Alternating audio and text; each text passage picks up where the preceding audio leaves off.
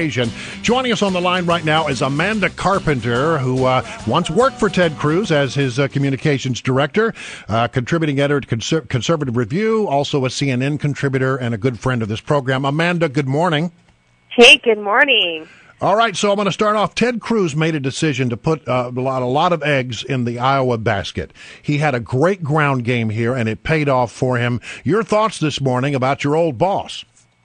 Well, it's just, I think the win last night was a testament to his personal tenacity and the campaign's excellent strategy. I mean, going into Iowa, let's just start with Ted Cruz as a senator. When I was working for him in the beginning, there was such a concentrated effort to silence him, to marginalize him, to mock him as he sought to kind of take on the D.C. status quo. And the fact that he was able to completely defy expectations, go into Iowa and win. And not just win Iowa with like this traditional Iowa evangelical model where kind of Rick Santorum and Mike Huckabee win its flukes. Ted Cruz got more votes last night than any other Republican in Iowa's history. That is remarkable. Everyone thought, including myself, the big turnout was going to favor Donald Trump.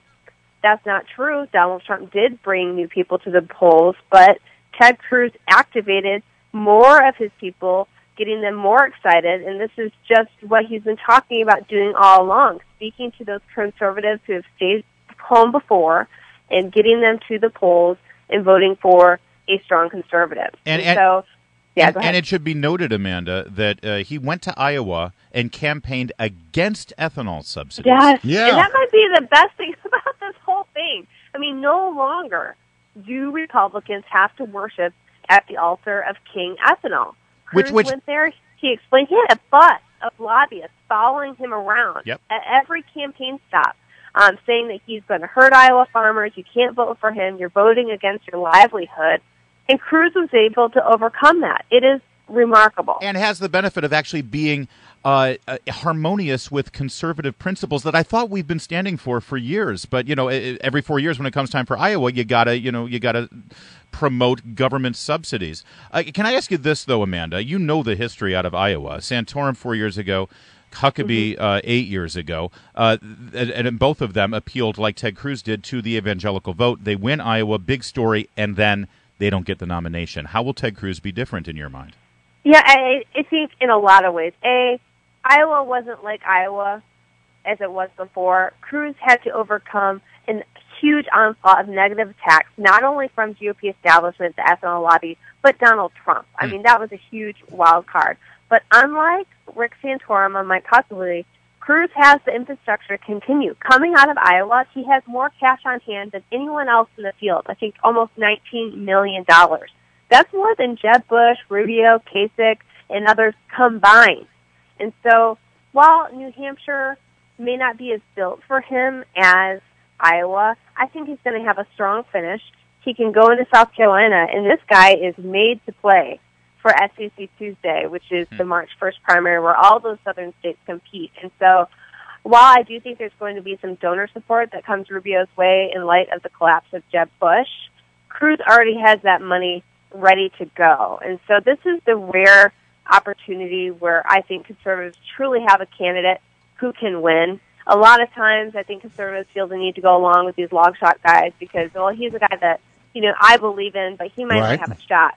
Cruz has the infrastructure to win. He has the fundraising, he has the ground game, and he has the endorsements from good influence leaders like, Glenn Beck and Mark Levin, who talks a lot about him. I mean, look at the difference between, I think, Donald Trump rolling out Sarah Palin and Ted Cruz rolling out people like Glenn Beck, who has millions of listeners every day. Palin is popular, but she doesn't have the influence that the people who are endorsing Ted Cruz do.